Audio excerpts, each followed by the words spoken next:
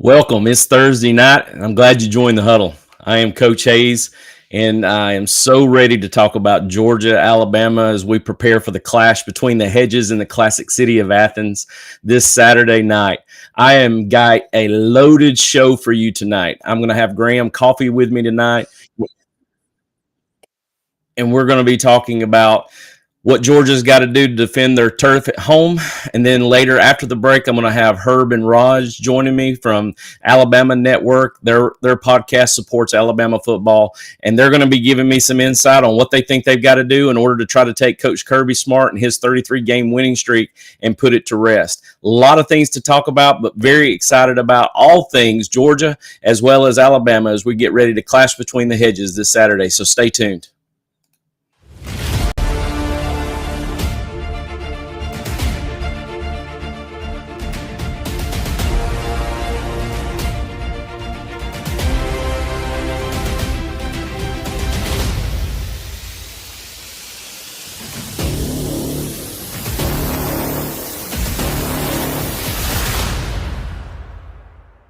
Welcome in tonight to Coach Hayes Hudl. I appreciate you joining me this evening. It is my pleasure to introduce to you Graham Coffey, part of Dawgs Central, and it's an awesome opportunity to have him on the show for the first time with me tonight. And I'm excited for a new fellowship that me and Graham have established over the last few months. Looking forward to working with him and he with I as well as we move together through this football season. I know things have been crazy right out of the gate as the fall has started now. Football season's in full swing. We've got 3 games under our belt with a huge clash with Bama this weekend. But really excited to have Graham in to talk about UGA versus Bama this weekend. It's always great to talk ball, period, but to have someone with his insight to come in and join us tonight, I'm really excited for that. So, Graham, welcome to the show. I appreciate you joining me tonight. How are you doing this evening, my friend? Well, yeah, absolutely. Appreciate you having me, and big fan of your work. Been consuming it for a long time, so excited for us to hop on and collaborate together. And appreciate you've been doing some awesome stuff over on the Dawgs Central forum for our subscribers and making some great threads, and kind of taking some of these breakdowns into more of the written world at times. And it's really been a wonderful ad for us. For me, I enjoy reading it. So at the end of the day, like I want to try to create content with people who I enjoy consuming the content of, right? So getting to do this with you is awesome. And I'm doing well, man. It's exciting to have a home game in Athens. I know that we've had football season cranking for almost a month now, but we haven't really had that marquee home game. The Tennessee game was certainly a big one, but it's just a little different when you get that at home. And the build up in Athens this week has been fun. I was driving home from a press conference last night, and there's already big bed sheets up on Fraternity Road and all that. So it feels like by the time Saturday gets here, especially Saturday night, the top might blow off of the classic city. But we'll see. If Georgia can have a good night, I think it'll be one they talk about for a while around here. It seems to me that it's always just a unique facet to the game when Georgia plays Bama, not considered to be necessarily a rival, but yet such a, I don't know, it just seems to be that game on the schedule that everybody talks about. Maybe it's the stigma of past years. Maybe it's because, did you know, by the way, that Coach Kirby Smart is 1-6 against Bama since he's been the head coach? I think I've heard that to the point where I want to throw up. But yet still it's one of those things where it's a marquee game. Obviously, it's 2 very big programs that are looking to find an identity to also set their imprint into the SEC path this year as well. So very excited to be there. I will also be in the Classic City this weekend to catch the game, and looking forward to all things that we're going to be talking about tonight with that as well. So Graham, welcome again. Like I said, let's go ahead and get started in here. First thing I want to do is talk a little bit about the Dawgs. I know it's obvious that we want to talk a little bit about Bama as well, but I wanted to start off with UGA specifically. And I wanted to basically say, as you've watched 3 games of play now, what's maybe one positive outlook that you've got on Georgia this year so far? And then what's one negative outlook that you've had on Georgia so far this year as you've watched 3 games of play? Yeah, I mean, I think the positive outlook on Georgia is in many ways, I feel like they're running a new offense, right? Having the running quarterback really adds a lot of elements. Bobo has always been very good. Well, not always, but since he's come back, Bobo's really implemented a lot of like pre-snap motion. And that was something that Todd Monken brought to the program as he kind of built his system at Georgia. But it feels like that pre-snap motion has to be respected a little bit more now when you've got a quarterback and you've got like a guy like Dylan Bell with the ball carrying skills that he has. So I think they're doing a very good job of using their pieces, understanding the strengths and the weaknesses of their personnel. I thought going back and looking at that Tennessee game, Georgia was able to run the ball like 50 times in that game. And it's been a little while since you've seen them be able to run the ball that much in a big game like that on the road and do it maybe not always explosively, but certainly efficiently and stay in front of the chains. And, that travels. Like this sport has changed a lot since both of us has been watching it and loving it. But running the football and playing defense always travels in the SEC. And I think for Georgia, you look at like what they did in the run game against Tennessee, despite the issues that were going on the right side, being able to kind of move Micah Morris around and pull him and get their ball carriers behind offensive linemen and tight ends that they felt good about sealing blocks. Like, I think that was probably the difference in that football game. So kudos to the offensive staff for the evolution. And I think there's a lot of excitement around with Gunnar Stockton. What else are we going to see kind of come out of the playbook as these big games come down the pipe? It's good stuff. What about maybe one negative thing so far that's probably been sort of that maybe pebble in your shoe right now? Yeah, I mean, I think the obvious thing would be the big pass plays that were given up last weekend. But to me, there's a certain level of variance that's going to happen anytime a football goes in the air. And like those 50-50 plays, there's a reason we call them 50-50 plays, right? And sometimes it's a coin flip and odd stuff can happen and balls bounce strange ways. So it's like, I don't know how repeatable all that was. But I was a little disappointed in that Tennessee game in particular with some of the linebacker play. I think coming into the season, we felt like that's probably the strongest position room on the team. It's the most well recruited position room on the team. You've got 4 guys there who are studs and who are going to play at the NFL, and maybe all 4 can be all American kind of players if the chips fall right. And they just kind of disappeared for large stretches of that game and looked a little bit uncomfortable in space in a way that surprised me. So I think that room needs to bounce back for Georgia on Saturday night. Yeah, I couldn't agree more. There, it's one thing too. We have this sort of head Mike position at C.J. Allen's position. Watching film, I've seen sort of that same parallel because I think right now Raylan Wilson is actually outplaying C.J. Allen. We definitely want to see the outside linebacker play, which is not only responsible for rushing the passer, but they've got to be able to take on guards pulling. They've got to be able to take on that run scheme concepts, especially against teams that want to pull and run a lot of gap scheme as well. So I can definitely be in alignment with that as long as the 50-50 balls can continue to work harder. Defensive backs work on technique and try to improve that. I mean, the only way you're going to improve that is continue to build reps in practice. That as well.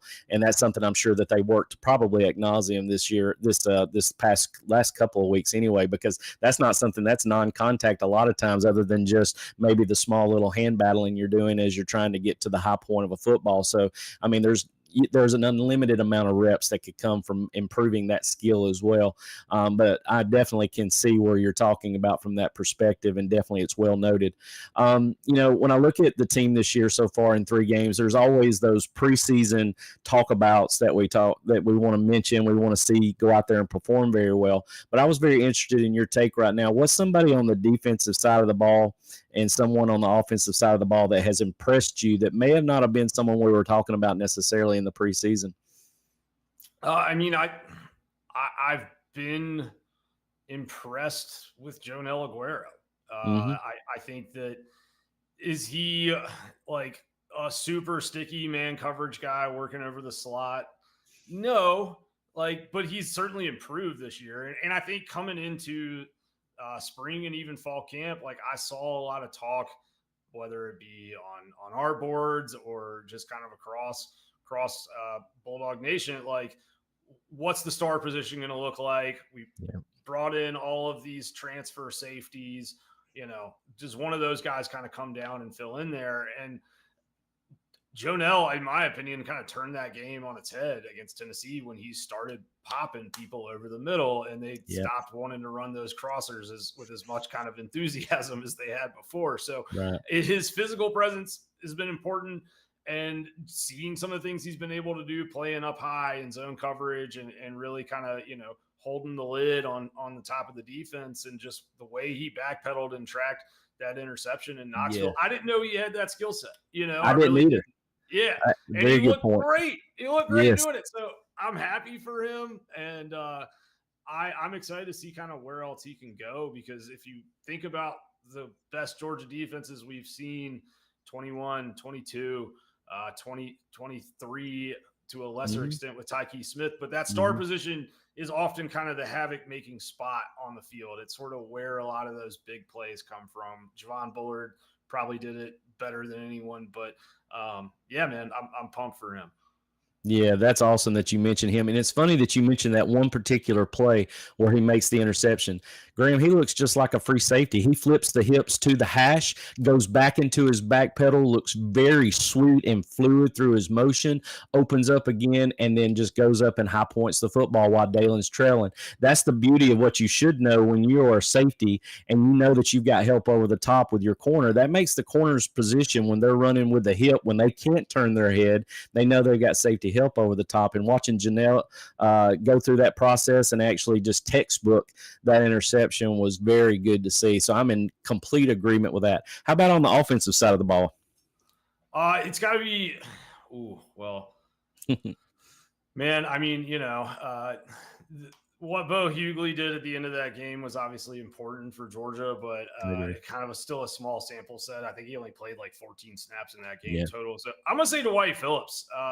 The way that people kind of talked about him last year, even after when he scored that touchdown against Florida, I remember in the post game, I want to say it might have been CJ Allen we got after that game, and he was talking about, how excited the team was for Dwight because he's a guy that works hard and does things the right way, and it means a lot when that pays off and good things happen in games. But people kind of talked about him like he was like an underdog walk-on, like almost like a Cash Jones kind of story. And this kid has got, elite sprint ability, but he's turned into a more physical back than I ever thought he could be. Just I'll own that, and some of the runs he's had, not just in Knoxville, but against other teams, like he's hitting holes harder than anybody on Georgia's in Georgia's run game, in my opinion. And the way he's willing to get behind his pads, put his head down. I mean, I think he kind of dinged himself up doing it in the Tennessee game, but it's he's going to break one soon, in my opinion. He's going to have a long one go to the house. I think those are two very well put kids, because it seems to me on Janelle Aguero's side, it's someone, and we finally saw a complete game from him for the most part, probably since Texas of last year. He couldn't get out of the injury bug last year, and for him to come out and put a full game together, like I said, I would love to see the coverage skills continue to increase, but that's obviously every week of getting better at practice, because you are covering pretty solid number 2 receivers for Georgia's offense in practice every day. So I would say that he's probably improving in that regard. But, I count me in the same boat as most people with Dwight Phillips. We thought to him to being a gadget player this year. He's beyond that. Obviously, it's a 3-headed monster now back there with those 3 who came in the same class.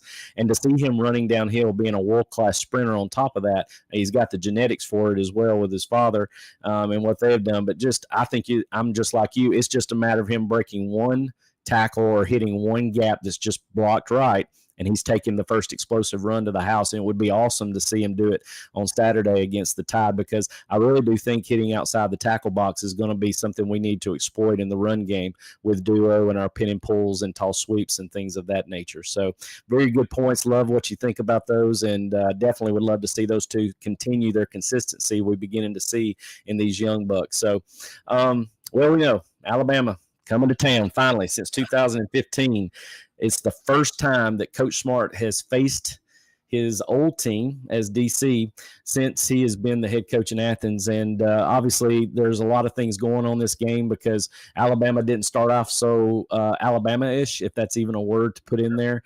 And, with the FSU loss at the beginning of the season, we started off a little inconsistent, wasn't sure about the identity of what we were trying to do. And then, of course, go up there in Tennessee and do about everything that you would want to see a young team do in a very hostile environment. So here we are at home. We're under the lights in Sanford Stadium, and here comes Bama.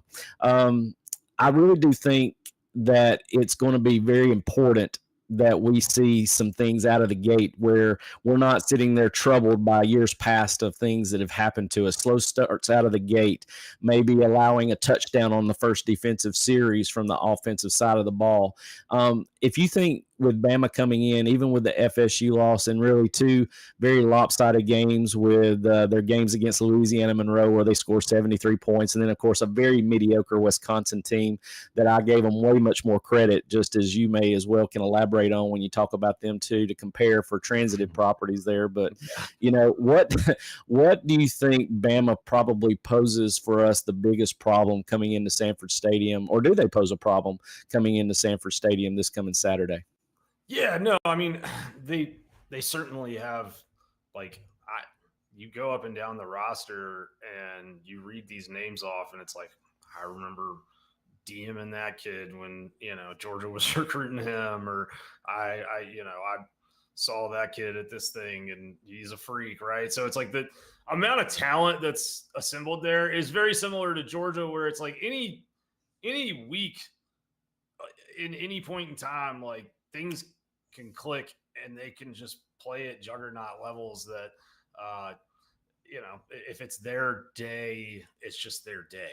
Right. And I think for them coming to this game in terms of how they match up with Georgia, it's gotta be the quarterback wide receiver kind of, combination, right? Like I think Bama's defense is probably not getting talked about as much as it deserves to be. I agree. But I do think, you know how it is. Quarterbacks can get hot and they can stay hot. And Kirby Smart said it to us this week. Like, Ty Simpson might be the hottest quarterback in the country the last couple games. And there's some impressive throws that he makes where it's like, you want to play zone against these guys, you might just get picked apart. And then it's also, do you want to go play man after what you saw downfield on some of these vertical passes in Knoxville? And I'm not even talking about guys getting beat. It's just being on an island with no help, to flip your hips and go find a football and break it up and catch it and not panic requires a ton of confidence.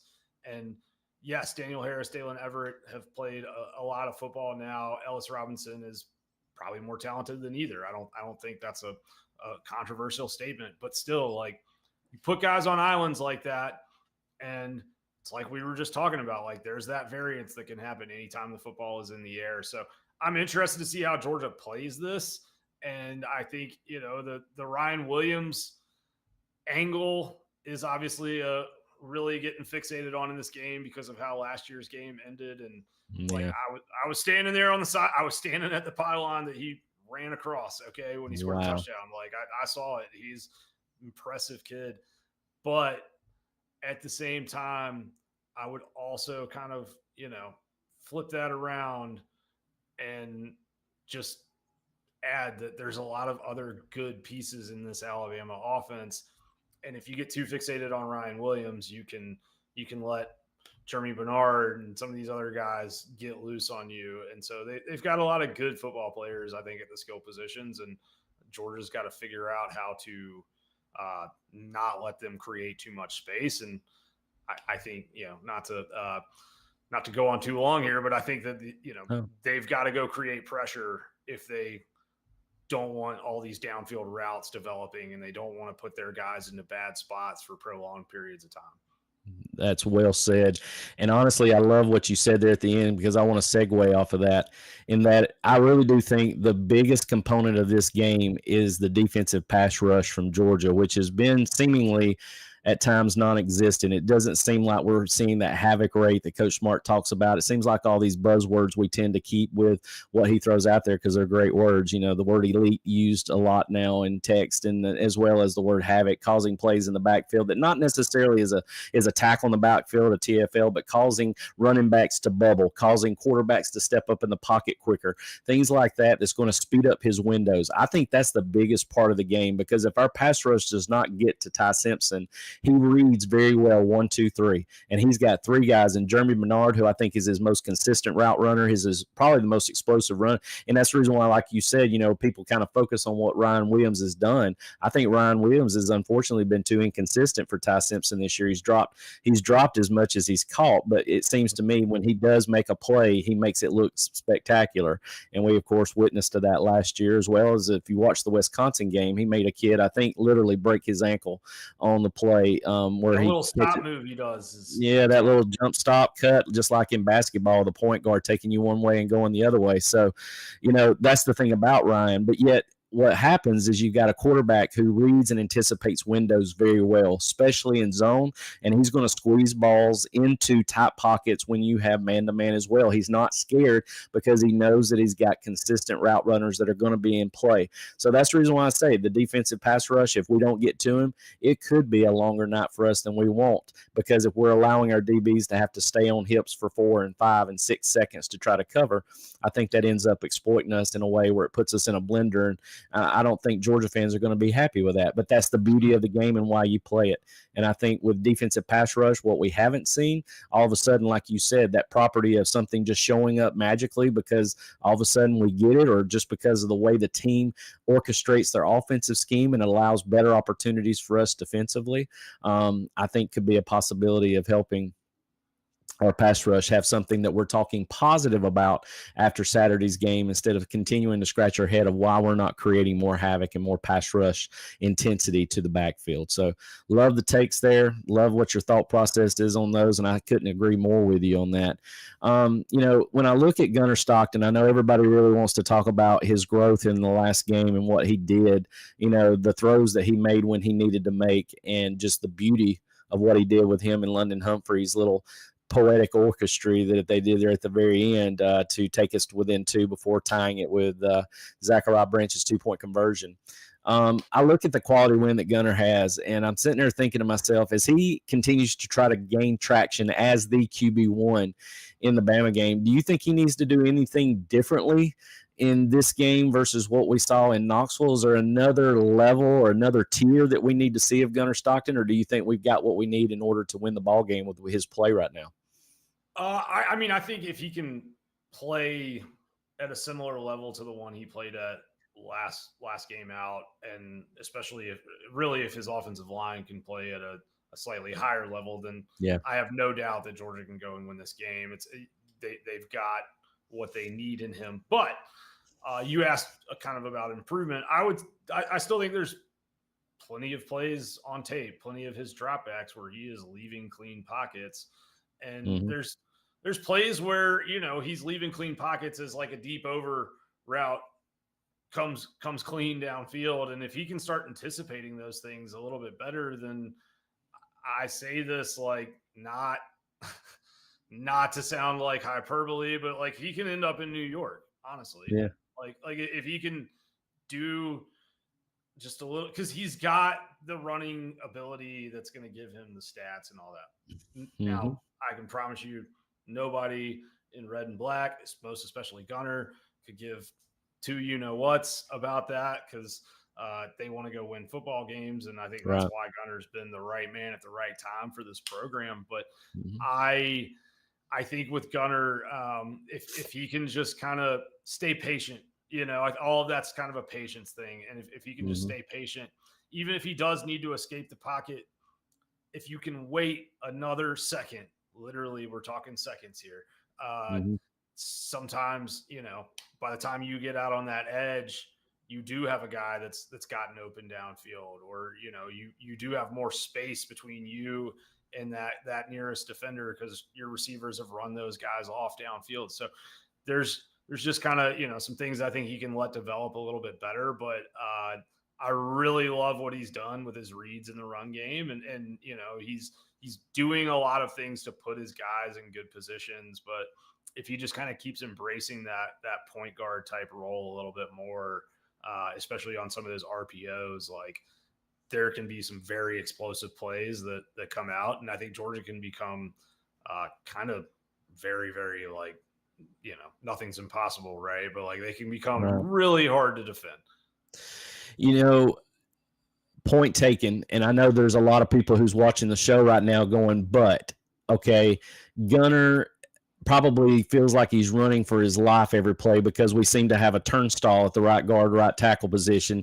And, in my philosophy, I feel very parallel to what you feel. I think if he stepped up in the pocket, he would buy himself another second of time to maybe see that crosser, because I would love to see him layer some throws where we are bringing digs across the field, where we are bringing multiple crossers across the field, and by stepping up, being able to deliver as well. The one thing that he adds as a dimension is, like you said, is with his legs. He's able to take a play. If he does scoot out quicker than what we would like to see him do, he still has the ability to make plays with his legs, unlike anything that Carson Beck could do during his time. He kind of reminds me of what Stetson could do. He could escape the pocket and make a positive play. What I would like to see is the tier that I would like to see is that he keeps his eyes downfield and doesn't commit to the run so quick, because I know that there are about at least 5 or 6 on tape that I've watched over 3 games now, where all he's got to do is dump it over a defensive lineman's head to a receiver that's running the scramble drill with him, and all he's got to do is dump it over the head to somebody, because everybody commits up to him, because once he decides to run and leave the pocket, he's running. And that's something I think that probably is told to him more than I probably realize. But also, too, I know he's not trying to make a mistake. He probably didn't know where the line of scrimmage was at, but there was one to Noah Thomas, man, against Tennessee that I really wish he could have just, he could have cornhole tossed it over the defensive lineman's head for all I care. But, he's not trying to make a mistake. And that's one thing that we see in his game. No interceptions up to this point in time. And QBR rating's pretty high. So that consistency is something we definitely want to see from him. I just think we need to see the same growth we saw from Tennessee. Continue to work well, continue to, find the open receivers. Maybe Coach Bobo puts him in a situation where his transitions right out of the gate are quicker throws, quicker, decision making because of what they're in, and put the ball out quicker so he's not having to go through a 4-second window, things like that, and give him some confidence and continue to help him grow as we saw him do in the Tennessee game. So again, good thoughts on that process too. I'm excited for 14. I want to see him. To me, this is just as much of a growth part to his wheel than the Tennessee game. And to me, that is something that he could say that I don't believe another quarterback's been able to say. Even Stetson, with the win in the national championship, I don't believe has ever, taken Bama on in their first actual game against them and been the winning quarterback. So I guess you'd have to go all over. Yeah. I think you go back to David Green, maybe Matt Stafford, yeah. Green and Stafford both, but yeah, I would say the one thing I do want to add on that is just the offensive line piece. Certainly, like everything I say is with the caveat that Georgia needs to figure out the right side of that offensive line. But before Ernest got hurt, before they were having issues over on that side, even against some of these kind of lesser opponents in week 1 and week 2, he was still leaving some pockets early. Now, I understand why he's lacking confidence and feeling uncomfortable at times with, what might be coming his way off that side. That is 100% something, I'd be running too, but I'm not the quarterback at Georgia. So I look at it, and I think Kirby said after the Tennessee game, like that night when we had him under the stadium, he was like, he got asked about Gunnar and kind of complimented his performance and all that. But he also added, he was like, I think he's growing. And I think that we are going to get to a spot where he's able to leave the pocket and start scrambling and keep his eyes downfield and make those plays. And so I think, they know it, and they know that if they can get to that spot, then hell, I mean, Kirby was at Alabama, he was at Alabama when they played those Nick Marshall Auburn RPO teams that would, kind of run all this stuff. And then right before crossing the line of scrimmage, rear up, and throw a pass to a wide open receiver. He knows how hard that element can be to defend. So we'll see. I don't expect Georgia to get all the way there, but I do think Gunnar has a lot of runway in front of him to be a really, really high-level elite college quarterback.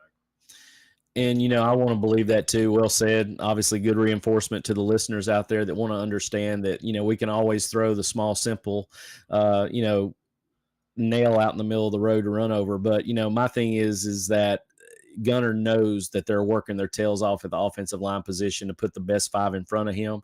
He's got to take care of himself. He can't take care of what's going on because, you know, one of the most pivotal things that happened probably in that game was not him getting destroyed on the slant route where he throws it to Kobe, where Dontrell and Uni let their guy get through, but it was on the backside where he fumbles. And that's, you know, that's all Monroe Freeling, where he's got to step up in the pocket and realize, very similar to what happened in the Notre Dame game. So, you know, there's so many things and intangibles that we see, but I definitely know if there's someone working harder this week to solidify what they're wanting to do, it's their 5-man protection up front and keeping running backs in if they have to make a 6-man protection out of that as well. So very well said, Graham. I appreciate your insight on that too. Graham, it's been awesome to have you on the show tonight. I appreciate your time and efforts with me. If the listener that is watching me tonight doesn't know who Graham Coffey is, you know who he is now. Graham, tell me about anything that you handles-wise, anything they can find you at if they want to search out anything with your social media. Yeah, you can find me on Twitter, X at Graham Coffey, GrahamCoffeydC. And you type in Dawgs Central or my name, and you'll get back to the right places wherever you are on whatever platform. And excited. I appreciate you having me on. It's fun chopping it up with you, and first of many, hopefully. So looking forward to continuing to collaborate together. Yes, sir, Graham. I do appreciate your time and efforts with me. If you haven't got a chance to check the podcast out, I'll make sure I have all of his links in the comments below. So would love for you to check out Graham's work, what he does at Dawgs Central and his staff, and now being able to contribute to the forum as well and being a part in the fellowship of that group has been special for me as well. So looking forward to our continued relationship down the road. And again, thank you for being on with me tonight. Absolutely. Georgia Sports Autographs is built by collectors for collectors. They know what fans want because they've been in your shoes, hunting for that perfect piece, the right signature, in the right spot.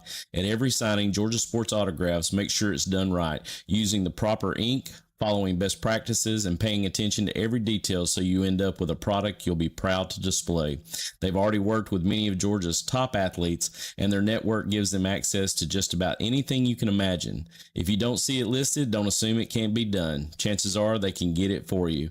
Georgia Sports Autograph tests themselves with every event, always improving, always delivering for the ultimate addition to your collection. Trust the team that treats every autograph like its own. Georgia Sports Autographs, where every signature tells a story. I would like to thank Georgia Sports Autographs for sponsoring this part of the show. Sam Mathis and Roger Sutton do a great job of providing quality merchandise signed and authenticated and shipped directly to you to make fit any part of your man cave or sports outlet of choice. If you are a sports fan of quality signed merchandise, let Georgia Sports Autographs take care of your wish list of sports paraphernalia. The link will be down in the comments below, so check them out. Definitely want to take care of Georgia Sports Autographs for sponsoring this segment. Guys, I can't tell you how excited I am to have these two gentlemen with me tonight. Herb&Rodg from the Herb&Rodg podcast are with me. These guys are diehard Alabama fans, but they're also very rational fans as well, which is what I love about them. Very humble guys. I've gotten a chance to know them over the last couple of years. They have been awesome to network with and to be able just to, you know, reflect on different things, because even though I know they don't look at Georgia and Alabama being this, you know, you put a rivalry with it, but I just think every time these two come together, it's just a clash of what we've seen with the Nick Saban era, obviously with Kirby Smart and what he's doing now with the program, and obviously the turnover to Kalen DeBoer, and seeing the new culture that's trying to be developed at the University of Alabama as well. But to have Herb&Rodg here to kind of reflect on what's going on this week, as well as their anticipations and expectations of the season, is going to be well received. And gentlemen, I can't thank you for being on the show with me tonight. How are we doing tonight, Herb&Rodg? Oh man! Can we fast forward to this weekend? Yeah. I know. I'm gonna tell you us. some love, Coach Hayes. Yeah. The live stream you did last year of the Alabama-Georgia game and your breakdowns and everything, probably the best live stream I watched last year. That was just amazing, man. You always do a great job. And you always show us good love, man. So it was our pleasure to be on here tonight. For sure. We appreciate it. Appreciate it. Hey, it's my pleasure to have both of you on here. And, you know, the beauty of it is that you guys put me on the spot. I remember the first time I did the show with you, there was questions y'all were asking me, making me sweat.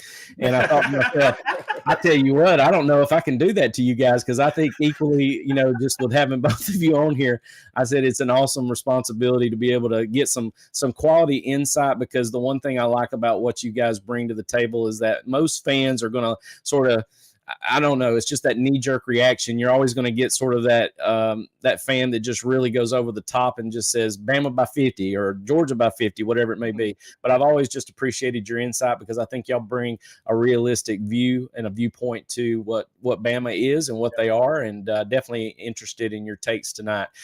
So what I was going to ask you to start with, Herb, I'm going to start off with you and then let Raj piggyback off this.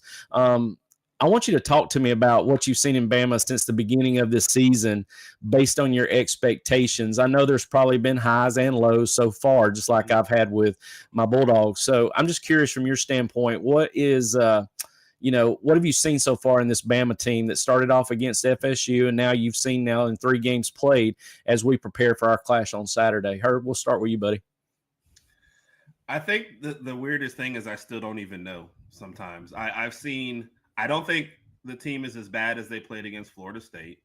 I don't think they were as good as they played against Louisiana Monroe. You know, the answer is maybe somewhere in the middle with Wisconsin. But I said this already. If the playoffs were held in Tuscaloosa, I think we beat everybody, you know? Yeah. And that's maybe more of a college thing sometimes too. But does this team travel? I'm 3 games in and a bye, and I'm still like, this weekend will tell me a lot more about this team than the first 3 games will. Let's just be honest, you know? So it's I know it's maybe not the exact answer, but that's honestly what goes through my head when I think about the expectations. I need to see us play on the road and beat somebody. You can't play every game at home and great, and then the road get punched in the mouth. Now, I will say this. I think if you rearrange the games and Florida State was later in the year, I think you get a better response. But having your first game be on the road in that kind of environment, I think teams are going to get away from that. I think you'll have neutral sites. I don't think anybody wants to travel with your first-year starter out there. But, it is what it is. The response was not good in that game. Yeah. But I don't know. It does say it's a roller coaster. I have no idea what's going on sometimes. Yeah, and that's understandable as well. Raj, what about you, bud? To kind of piggyback on what Herb said, I've seen our team be able to kind of take some of this criticism that we received after the game in Tallahassee. We won, and kind of deal with it on the field, not necessarily just through social media and through all the reports and talking to pundits and everything, but just being able to take all the energy, taking all that frustration and taking it out on the past 2 opponents. I kind of like what I see there. But again, to what Herb's saying, we're not really going to know what we're made of, but we go to Athens Saturday night. All respect to Georgia. Georgia's a team that showed us last week that they can get punched in the mouth. Not just last week and even last year. And Kirby Smart has proven that his team can get punched in the mouth and get right back up and keep fighting. Unfortunately for Alabama, we get punched in the mouth. Sometimes we can throw a few jabs here and there, but then there's sometimes we get right back. Obviously, a good example of week 1 in Tallahassee, we got punched around a little bit and just never got back into that game. So I'm hoping that we can kind of prove that we can take some punches and keep on going this Saturday night in Athens. And, that's to me the parity that we see in college football nowadays, because to me, it's also to me how the key and lock works with a team, because you'll see a team go out and seem to always struggle against a certain program, but then they play somebody else and it's like, wow, where has that been?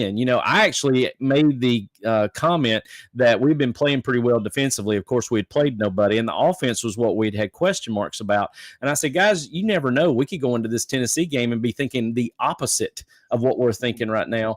And funny enough, that's what happened. The defense doesn't show up, and our offense is what keeps us in the game, and Gunnar answers a lot of questions. Right. But still, though, that's what's beautiful about this game. And I think I agree with you tremendously on the fact is that when you come into an hostile environment like Alabama's coming into and seeing what they can do on the road against a good team, and I would say by far, we're still trying to find some type of identity, but we had to actually go through that gauntlet last week, So that's what makes us feel better. And I can understand why y'all feel like 1 week behind from that, because your test is pretty much going to be this week of what you feel like you are. And like I said, after Saturday, you could feel differently or feel the same one way or the other. But I think you've got a better barometer when you leave this game on Saturday as well. Raj, I'll let you start this one. Since the FSU game, and now you've watched back-to-back wins, obviously, what are you feeling optimistic about right now, either offensively or defensively, that's going to, as you're playing, the University of Georgia in Sanford Stadium on Saturday? I'm feeling much more optimistic about our offense. I told Herb this after the ULM game. And keep in mind, Ty Simpson was 17-17 against ULM. And a lot of people came out, oh, it's ULM. I understand that. But if you're in your backyard throwing to somebody and you're 17 for 17, that's still pretty good. So I'm going to accept that. And I made the comment to Herb. I said, if we're going to beat Georgia in Athens, this is the Ty Simpson that we're going to need that Saturday night. We're going to need him to sling the ball all over the field. We're going to need the receivers to get open, and we're going to need for them to not drop some passes. Now, we saw what happened in the Wisconsin game last weekend. Ryan Williams and Latsir Brooks dropped some passes.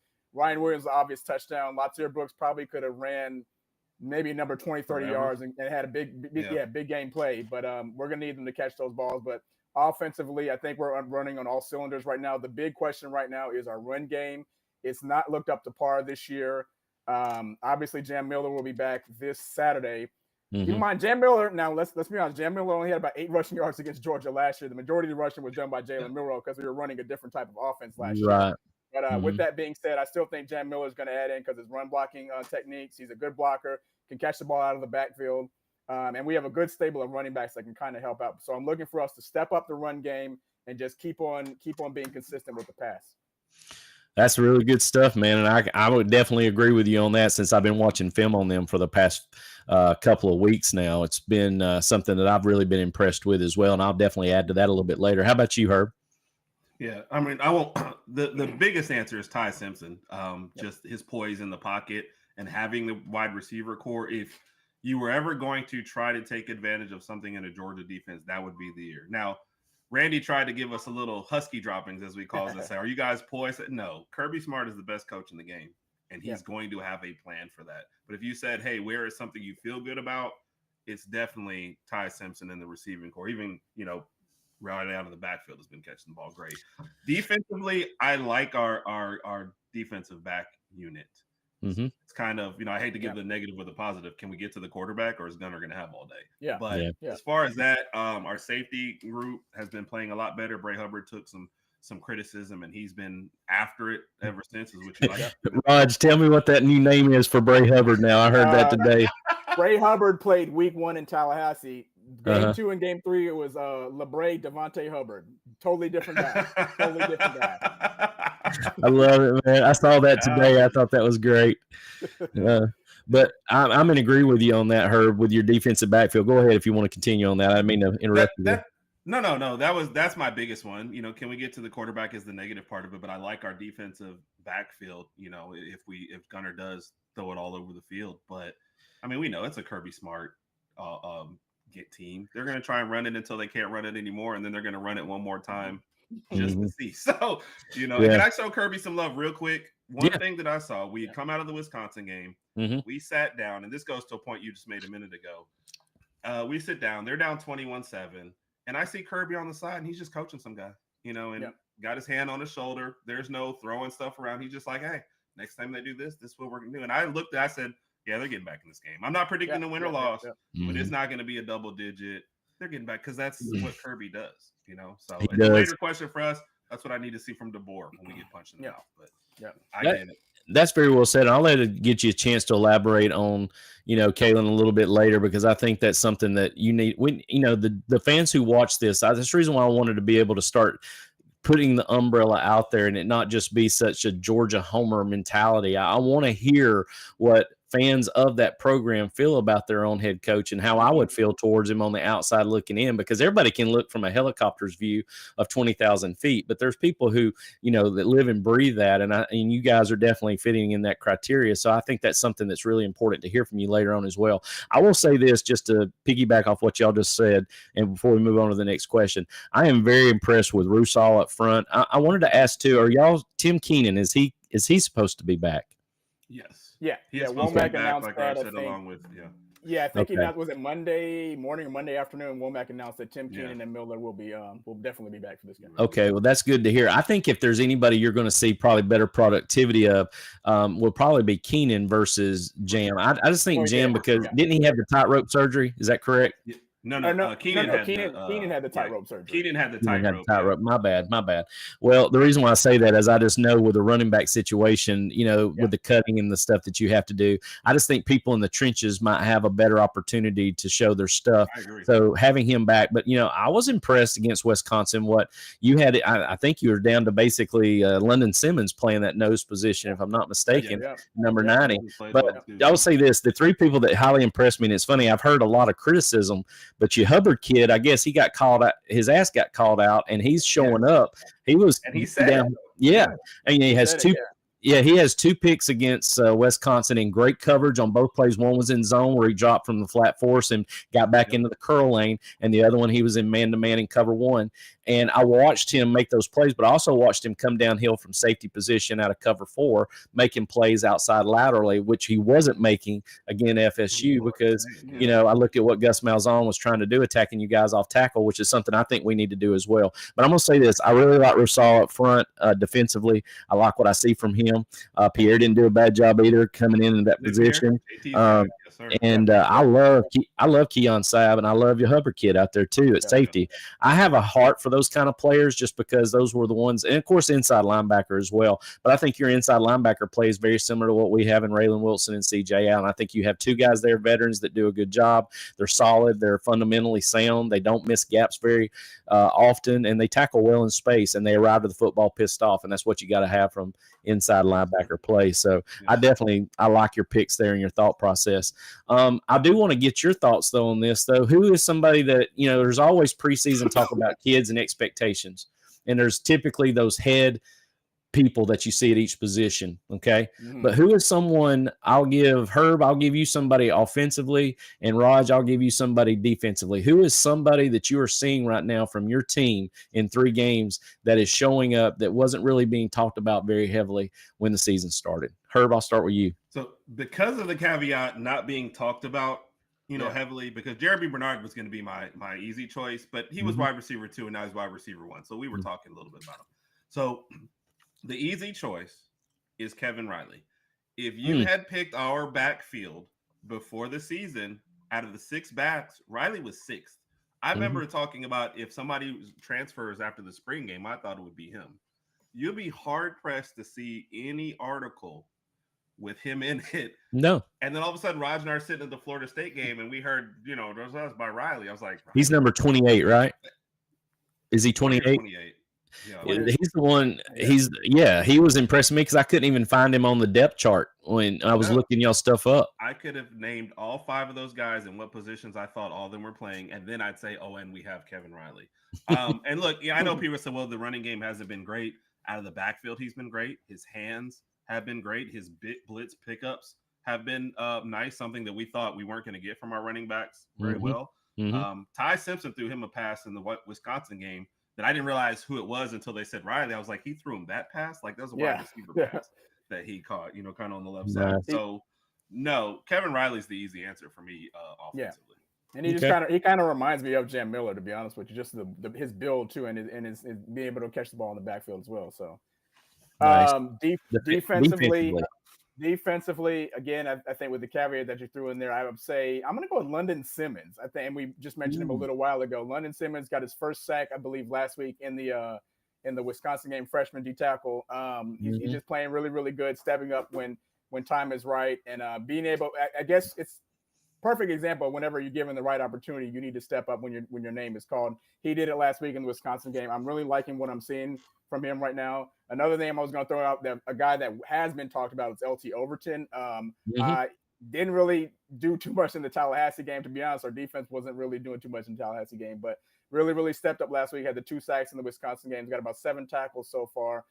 Really making his name out there known, especially with the absence of Tim Keenan. So looking forward to seeing him and Keenan on the field. And we'll probably, with Keenan back, I'm not sure how much PT London will get in there, but they might mix him in there throughout a few plays. But being able to see all those guys on the field is something I'm looking forward to see.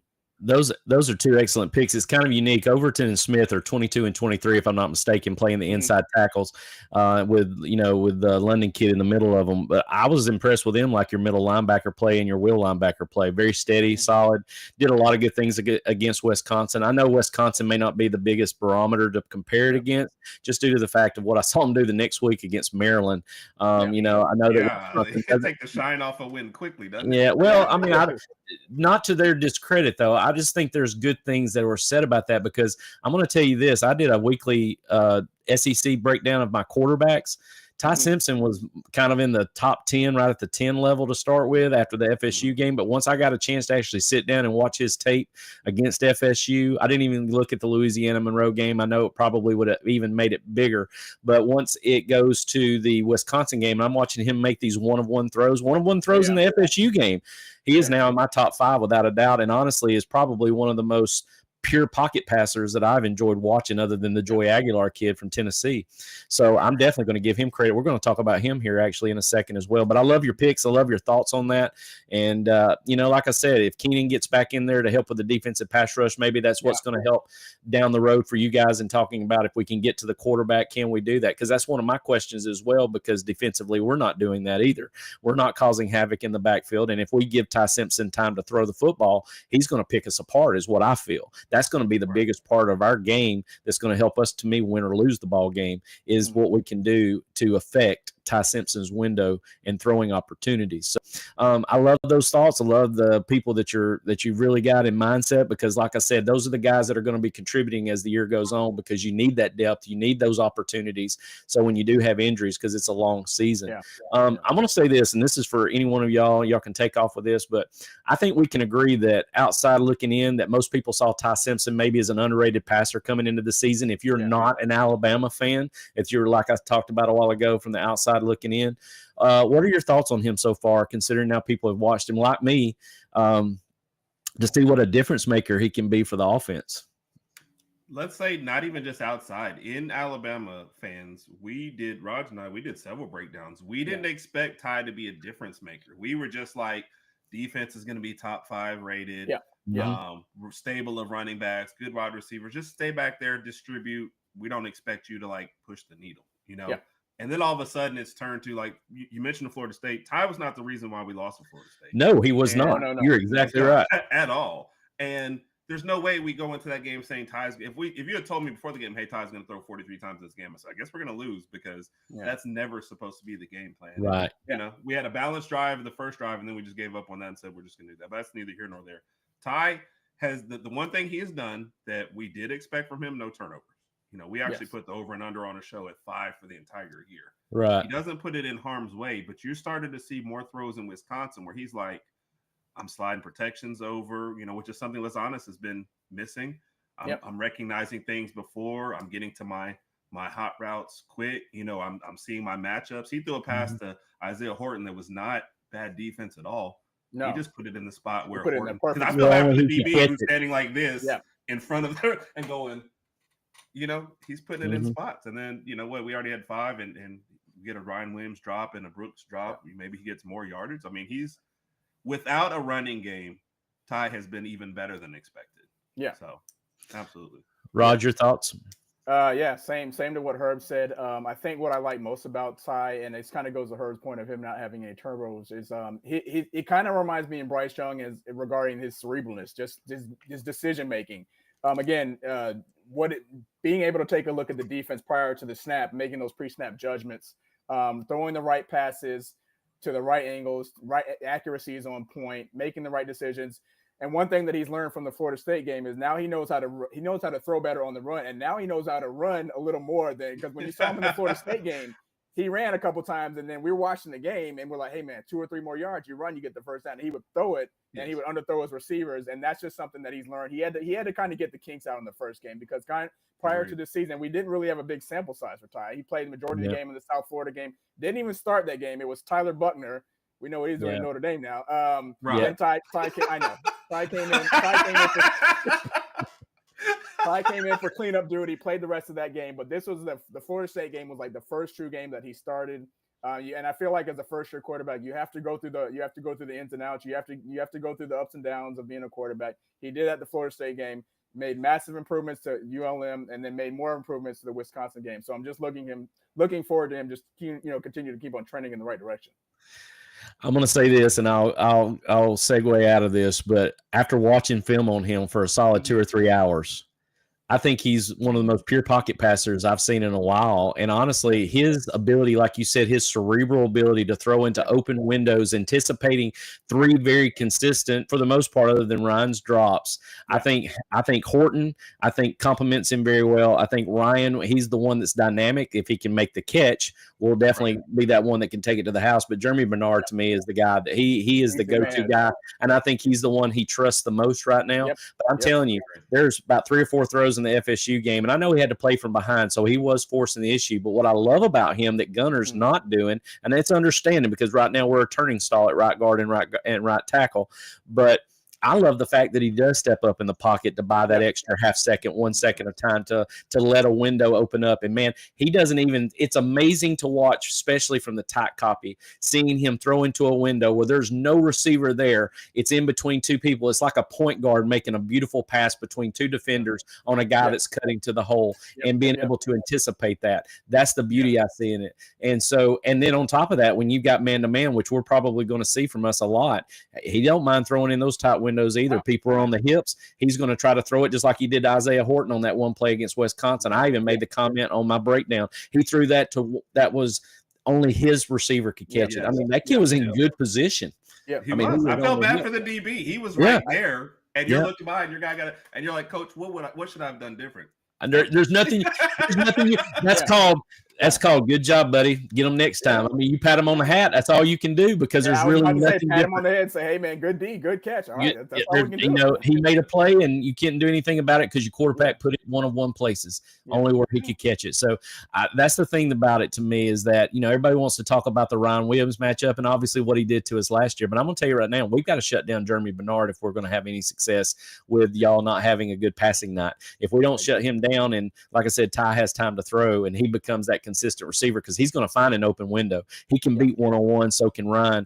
And it's going to be a long night for our defensive backfield if we're not getting pressure to him. The last thing I wanted to talk to you gentlemen about was, as we close up shop, is Kalen DeBoer. Obviously, I know nobody was going to follow up Nick Saban. I know we've talked about that. You've talked about that to plenty of people through your pods, through my pods. So let's just go ahead and put that expectation aside. But basically, what do you think now going into his second year, the culture shift of the DeBoer era? Does the FSU loss at the beginning of the year change your value of what you see in the head coach for Bama? And basically, how do you feel right now about him being your head coach of the program and taking it into the near future as you see the 2025 season play out? Raj, I'll go with you first on this.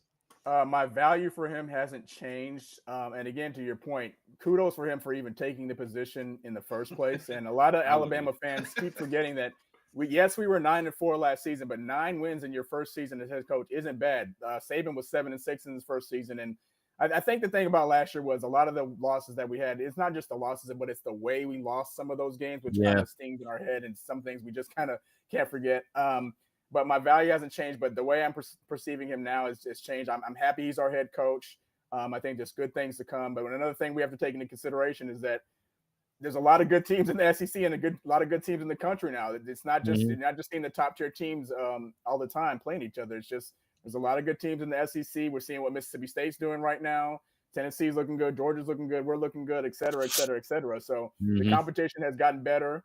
I think he's making the right adjustments. I like the intensity that he showed last week after Latia Brooks dropped that pass, and he chewed him out. We were up 38-14, but I think he chewed him out because he was like, listen, I'm not going to applaud you and say, we'll get him next time. I got to chew you out, man, because if you start doing this stuff once we start SEC conference play, we're going to lose a lot of games. So you need to know about it. You need to get in your butt and let you know about it.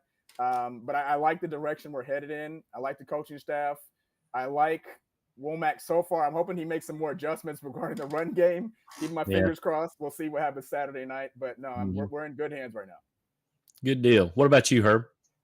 Yeah, no, I feel like he's the guy. Rod said it perfectly. Nobody wants to follow the greatest coach of all time. I don't get that. And look, here was the difference. Things were already starting to shift and slip a little in the last days of Saban being here. Because a lot of people are like, oh, the team's undisciplined. We're leading in penalties. We were doing that the last couple of years. NIL has just changed the way you coach, and it's changed your depth. You just don't have the same. I think the difference for last year is Nick Saban would have probably coached you into a 10-2 versus 9-3 in regular season, and DeBoer's at 9-3. And what I don't get with people is like, if you thought DeBoer was going to do as good or better than Saban immediately, like, then Saban's not the GOAT. You can't have both. You can't have him be the best of all time and then replaced by the next guy. You can't. There was going to be said, yes. And the game has changed a lot. I think we look at him negatively because Florida State was 2-10. It's not the same Florida State team. Transfer portal means the worse off you are one year, the more people you can take in. Georgia's never going to take in 20-25 transfers. You're always going to be too good. But if you're 2-10, you take everybody. They rebuilt the whole offensive line. So it's concerning our road record. So I hate to use an earlier answer, but we're going to see how they play. It's like when he has this team at home, they practice all week together. When we go on the road, they go into Waffle House before the game, and he just picks 5 guys, and they go out to the field together. And I don't get the disconnect. So you'll learn a lot this weekend. But as far as him being the guy and taking it on and recruiting and not slipping that, like, I think he's the guy, and he's got my full support. I love the way you put it. I think if more people thought that way, I think it would be a better place. Unfortunately, we have short-term memories. It's like, what did you do for me, tomorrow, basically already. And, I think if more people saw it that way, they would have a better understanding, because I'm going to tell you right now, coaching is hard enough as it is, dealing with all the melodrama that you have to go through day in and day out. I can't imagine coaching at the SEC level with all the monies and all the allocation and all the legalities that go in, taking care of these kids and all the things that go into it, plus trying to coach a football team. I mean, it's hard enough as it is X's and O's, but dealing with all the other things that go along with it now, I don't know if I could even be able to put myself in that situation. But, kudos to Kalen. I do think that Womack is someone that, if there was something that I would say from the defensive coordinator's position, he is hopefully going to evolve his craft as he continues, because there are some holes in what he does. Just like, right now, I don't think Glenn Schumann is taking as much heat as he should be taking, honestly. Everybody wants to continue to focus on Bobo, but it's kind of hard to focus on Bobo when he scores 44 points and over 500 yards of offense in Tennessee. So Glenn Schumann's also got to step it up, because there's some things defensively that I'm not seeing right now that I would really love to see better from as well. But again, you think about it, we've got a benchmark to look at of our 2021-2022 defense. That was an unprecedented defense, an elite defense that took every kid on that team is in the NFL, selected in one of the 7 rounds of the NFL draft. So, I mean, it's hard to make that comparison when you're trying to evaluate, what you're wanting to see from your team from year in and year out, because there's so much parity in football now. We're seeing more and more, just like you said a while ago, Raj. I definitely agree with that. I'm not big on the predictions. I know you guys like doing that. I don't like to hear what you think the score is going to be, and it's just from anybody. I'm just not like that. But here's something this is something I like to ask. So I want you to think about it from this regard. So both of you think of this real hard. If Bama is going to win on Saturday, then they must do this. Okay? So I want you to tell me what that one thing is that you think Bama has to do successfully to win the ball game on Saturday. You don't necessarily have to give me a score prediction, but if they do this the best, then that's going to help them probably more than likely win the ball game. Herb, I'll start with you. I'm going to leave Rod. We just actually did a video on this. Really? 5 things. Yes. Okay. So I'm going to leave Raj his number one. Okay. I hope he's going to say that. I'm going to say a weird one, because we're talking X and O's and we're doing all that. So my combined one is kind of block out the crowd noise, cut down on the penalties. We cannot go in there. And I know people's like turnovers. Well, I just don't think Ty turns the ball over. So I don't think this is all of a sudden be the thing. Mm-hmm. But if we go out there and we're going from 1st and 10 to all of a sudden 1st and 15, 1st and 20, and we're behind the sticks, and it's already we already saw that. We had trouble communicating in Florida State. I expected it to be even worse, in Athens. You got to cut down on that part. We need to play a clean game. So I guess that goes with the turnovers. But we can't have penalties. We can't hurt ourselves. Georgia's going to be tough enough. Yeah. We can't have any self-inflicted wounds. We're not going to win.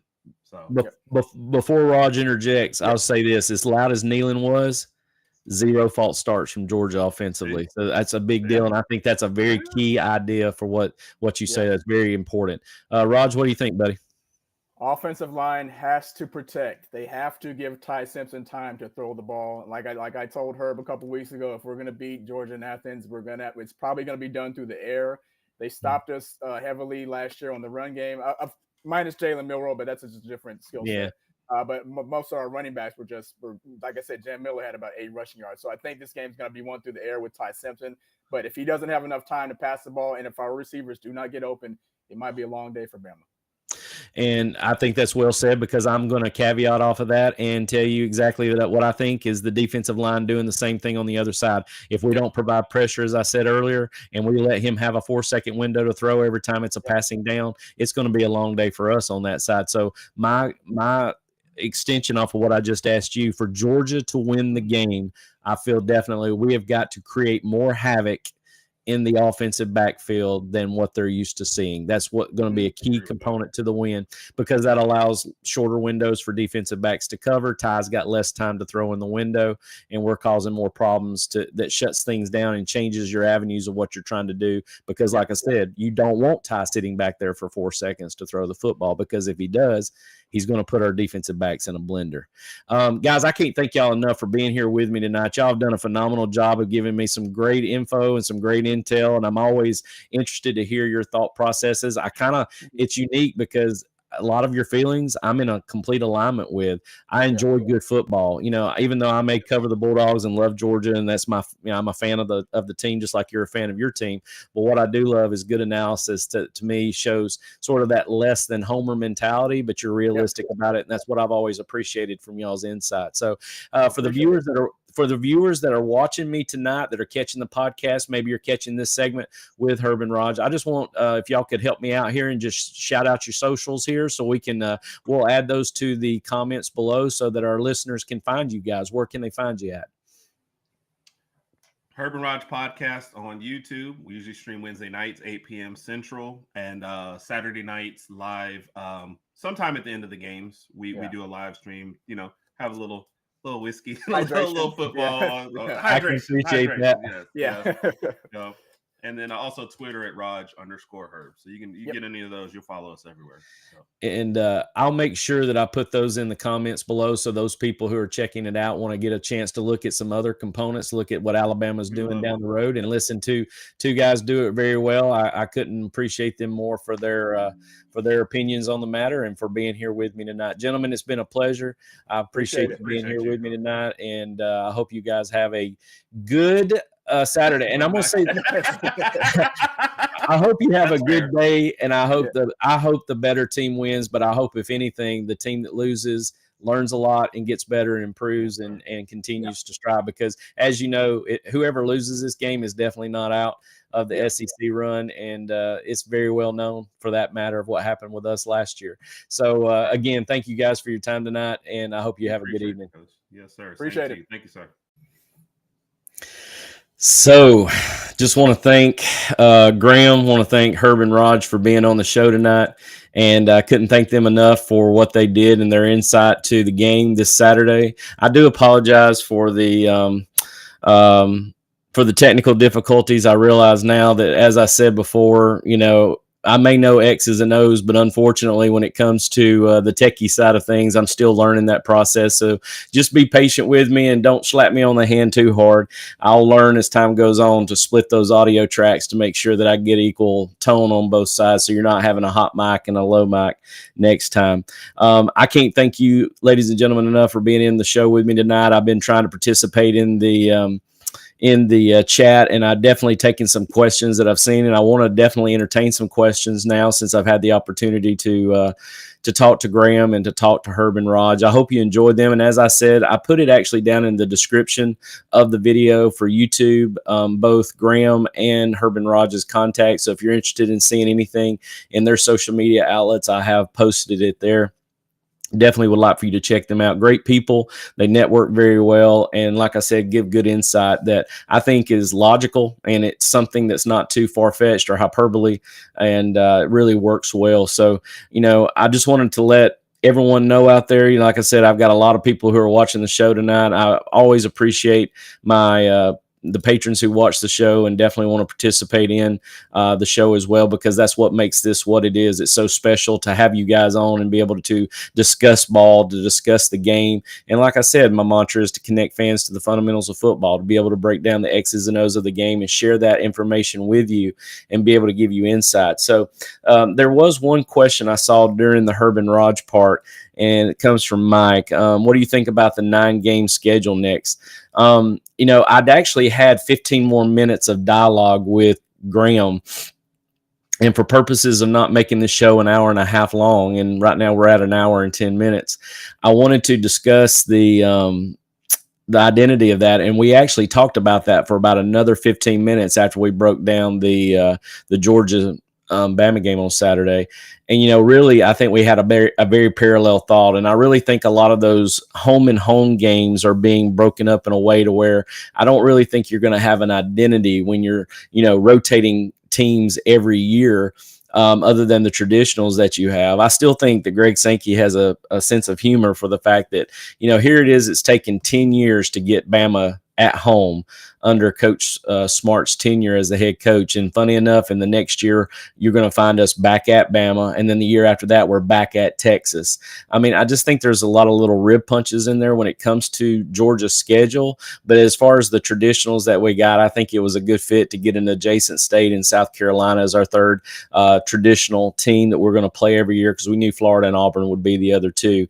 I know a lot of people would think Tennessee. I think Tennessee because I'm in Northwest Georgia. So it's very easy for me to want Tennessee to be that third team. But obviously Tennessee had the obligations being adjacent to Kentucky. And I think if there was going to be a fit for us to take South Carolina or Kentucky, I'm glad they gave us South Carolina, because to me, that was a game that was always very unique in its own way, because it was an outlier playing more at the beginning of the season. We would sometimes open with them in the second or third ball game of the year, and then there would be a disconnect for a couple of games before we actually started SEC play. A lot of times 1-0 in SEC play, in the third week of the season before we even got into the full slate of the SEC schedule. So I think eventually this is going to lead us to the fact that we were already, as far as strength of schedule as an 8 conference play, this just solidifies the fact of what our program is doing as a 9-game conference schedule from top to bottom. I think it solidifies the fact of who truly has the strength of schedule and who has the best programs across the board. You can sit there and talk to me about the Big Ten having those things, but you even look at what we're doing right now. Look at Vanderbilt right now, what they're doing this year. They've been a bottom dweller for so long, but yet are competing at a high level this year.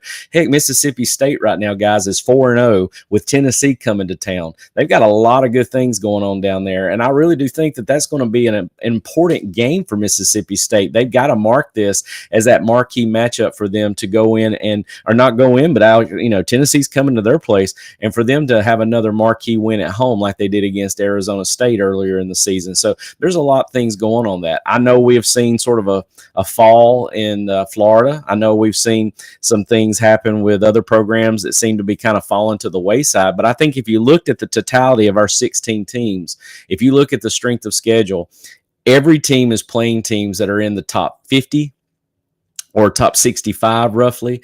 And to me, that's just going to show and solidify that the SEC is the best conference in the nation.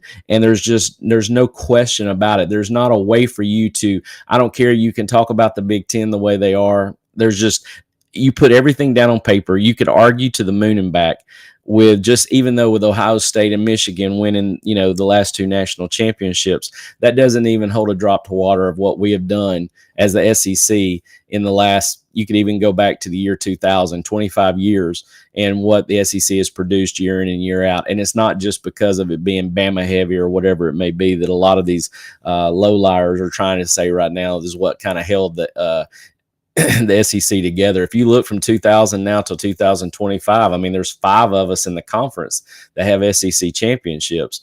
So there's a lot more parity when it looks like the SEC is actually looking a lot stronger from top to bottom. And I like what I'm seeing out of that. Missouri is another one I'm thinking about right now. You know, not a lot of people are talking about that, but Drinkowich continues to do good work out in Columbia. So I'm excited about what I'm seeing from the SEC across the board. Now, am I going to pull for the SEC just because they're an SEC team? No, but I evaluate good football, and I'm definitely appreciative of seeing the SEC play well right now to represent obviously a lot of these naysayers that are out there with it. Just looking at the comments right now, let me put some out here. On the running back rotation, is it based on package or just to keep them fresh? Would love to see when someone has the hot hand, just keep feeding them. Bill, that's a great question, and I can speak from experience is that I had a guy that had the best week of practice, that prepped the best, had great inside time, did a good job of blitz pickup and pass pro. We just had a really good vibe together that week. And what I would do is play him first. And then we would just kind of see how things go. If he was hot, he stayed in the game. If there was a situation where I knew that we wanted a specific back in the game, it would be specific for them to go in because we had run it that week and prepped that running back that week because their skill set, their skill designer skill set was more appropriate for that situation. So great question there with that. That is definitely something that I think we're looking at. I want to say that you want to keep fresh legs in there as well, because if you got a kid that's carried the ball 3 or 4 times in a row and he's hot, you're just kind of as what Dale McGee's doing. And I'm sure what Josh Crawford does is he's looking at him going, you okay? He's giving him those eyes, you know, that you give your guy, and he's going to make eye contact with you while he's checking the line of scrimmage for the next play. And he'll either pop his hat or something of that nature, or you look at him and say, okay, it's time, or we got a specific play we're putting in where we're going to rotate a guy in, like say Cash Jones going in on a 3rd and medium or 3rd and 6, 7. And, you know, we're looking at him as being the 5th man in the rotation to possibly get the ball out of the backfield. So that's a really good question. Mallory, I saw a question from you, Coach, on a scale of 1 to 10. How confident are you that the Dogs win? The one thing that I feel like of anything, I am not a big stats guy. I don't look at numbers. I don't look at history, because realistically, the only people that have got history on them are the coaching staff. They're the ones who kind of feel the history. The kids don't necessarily feel the history of the wins or losses. They know the history of what Bama and Georgia have done over the last decade. So they're well aware, I'm sure, of the losses and the wins. But when it comes down to it, what I want to focus my guys on is the 60 minutes that you're in the box with your guy and you win your box more than they win their box for 60 freaking minutes. You lock the doors, you lock the gates, you don't let anybody out, and you go out there and you dominate your box for 60 minutes and you win more than they do. And that comes from being consistent. That comes from having uber focus and wanting to do what's right by you, that you don't let your guy that you're shoulder to shoulder with and you let them down. So Mallory, I'm going to say right now I'm about an 8, to be quite frank. The fact that we're at home helps me out a little bit more. I'd probably be 1 number down from that if we were not at home, but I feel good at 8 because I think our fans bring a lot of intensity. I think that's going to help being a night game as well. I think that brings a different energy to the stadium. I think that our guys are going to go out there and do some special things that we haven't seen even yet in the 3 games that they've played. There's going to be something dynamic. I called it in the Tennessee game, as well as we thought about the defense and how we were really struggling with how our offense identity was looking. I said very quickly that you never know, in the game against Tennessee, we could be talking about what happened to the defense and, hey, look, our offense is doing really well. And I'll be damned if that's not what happened. So in this game, there's going to be something that we're questioning, I'm sure, that's going to come out in the wash at the end of the ball game, and we're going to be going, wow, they stepped up tonight. They did their job.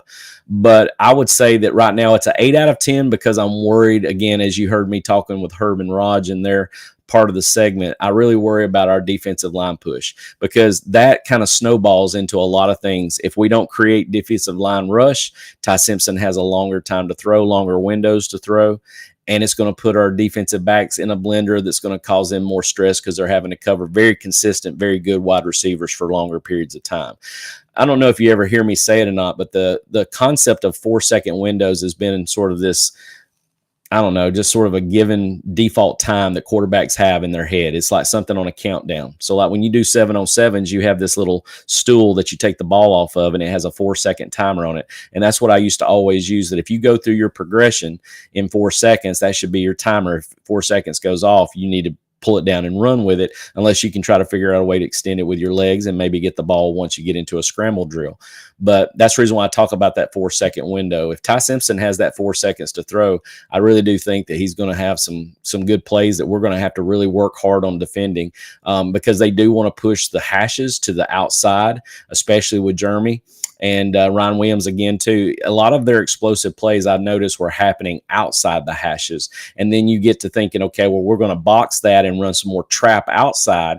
And then all of a sudden they run the digs across the middle. Ty Simpson steps up at the pocket to gain an extra second of time in his window and throws it to a perfect window of a guy coming across on a dig on a layered throw.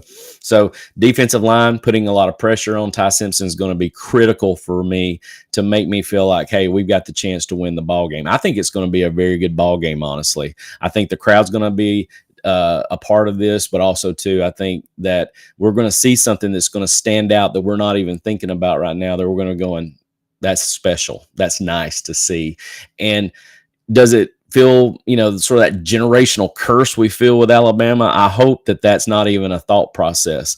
If you think for a second that you're going to go out there and win a ball game just because you have that decal on your helmet, then you don't need to be playing in the game. You need to go out there thinking, I'm going to win my box every play as many times as I can until I don't draw, I can't even pick my legs up because I'm so tired, because I'm going to do my job every play for 60 snaps, for 20 snaps, for 80 snaps, whatever it may be.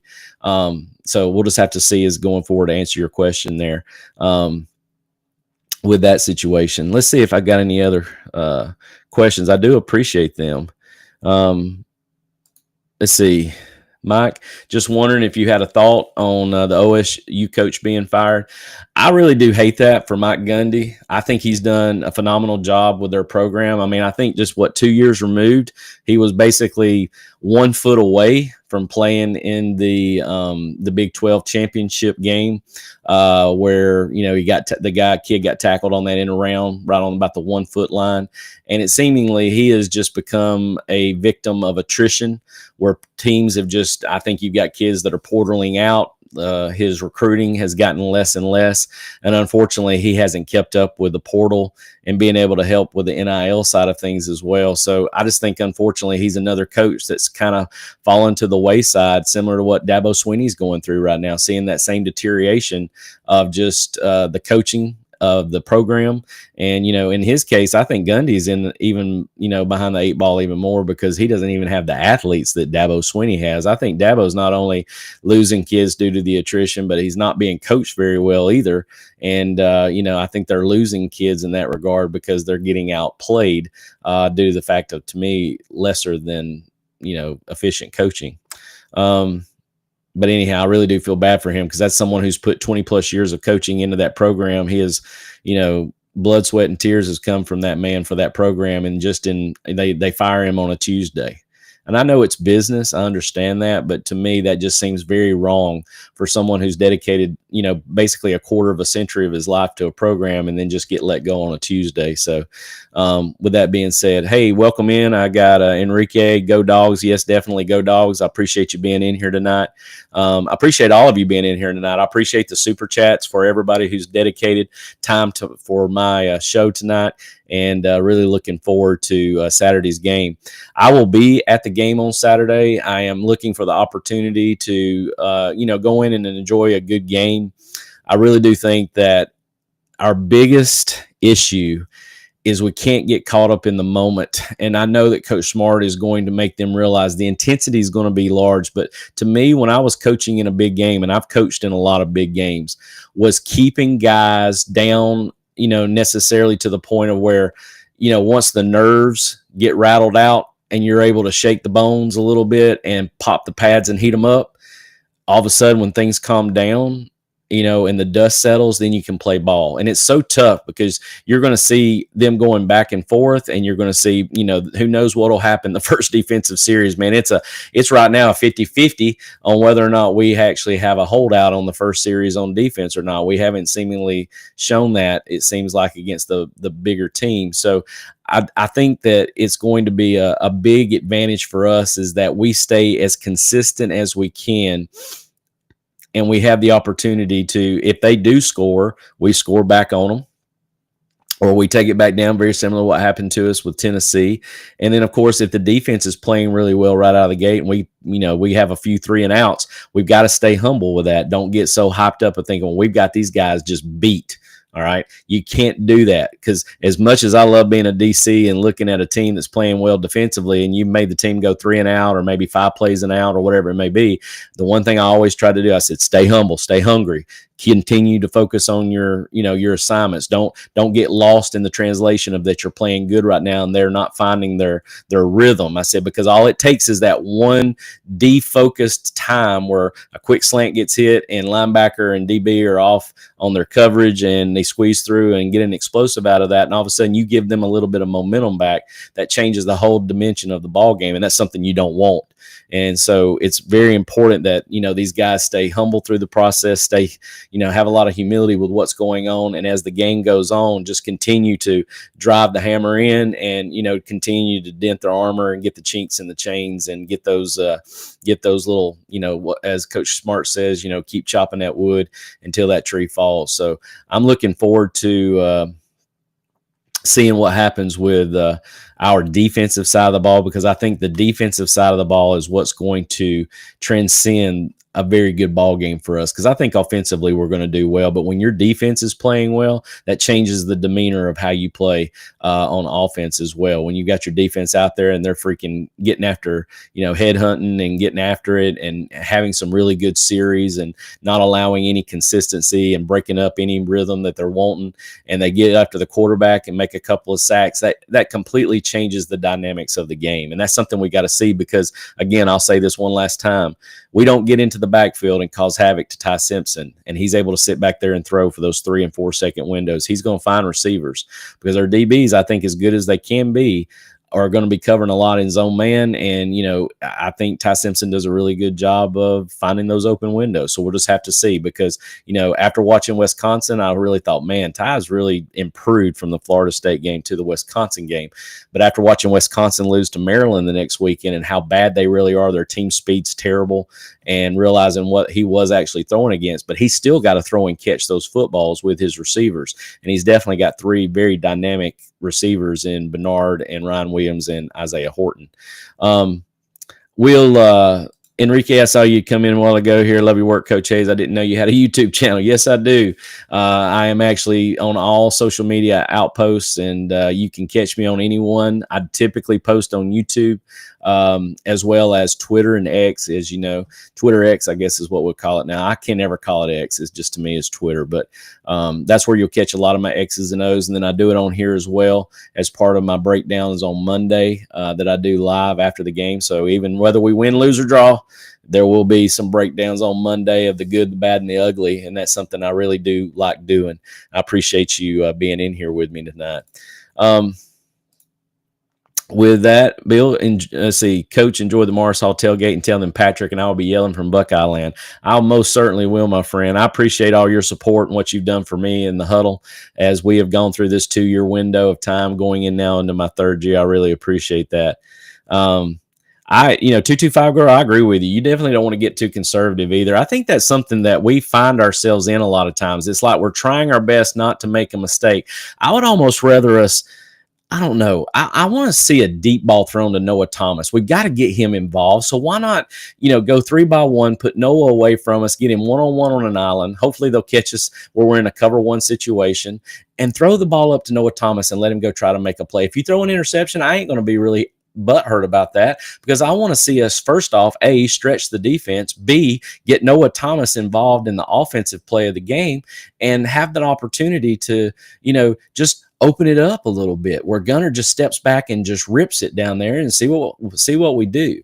Very interested to see who the right guard, right tackle combo is going to be. I know what Bo Hewley and Dontrell Glover have done. I know Ernest Green's not going to be in there, but Juan Gaston, from what I understand, is going to be. So I'm really curious to see if they move Juan Gaston out to right tackle and leave Dontrell at right guard, or if they're going to just leave Juan Gaston at the right guard position and maybe move or put Bo Hewley out at right tackle and let Dontrell be a rotator. But it's really hard to think that with as well as Dontrell's doing and what Bo Hewley's doing, to have the opportunity to see them play a pretty good amount on that. Let's see. The Noah Thomas has not been involved much, which has been very surprising. It's been surprising for everybody. I think anybody who saw what we got coming in from the portal, I think we've gotten what we wanted out of London Humphreys, who's also a portal player, came in the same time with Kobe Young. But if you look at Zachariah Branch and Noah Thomas coming in from Texas A&M and USC respectively, Noah Thomas to me is the one that we've got to get involved. And I'm sure they know that. And I'm sure they've practiced it all week. And I'm sure there's something that they're going to have installed for Noah to, have a catch, maybe run some type of RPO where we show like a gap scheme away and Noah runs a quick hit, sort of like A.D. Mitchell did against Michigan in the Orange Bowl back in 2021. And, get the ball out to him on a 5-yard hitch, let him catch and try to make somebody miss. That's what Kobe Young's been doing. I think that's what's gotten him more involved in the offense as well, where he's catching 5 and 6 and 7 and 8-yard plays and then turning them into 20-yard plays because he's making kids miss after he catches, which is what we expected from Kobe Thomas. So really excited about that. Again, guys, I appreciate everybody that's in the chat tonight. I have gone now for an hour and 30 minutes, and I know I've taken up way too much time. Again, I appreciate you being on tonight with me and sharing this time with me. We're going to definitely root these dogs on Saturday.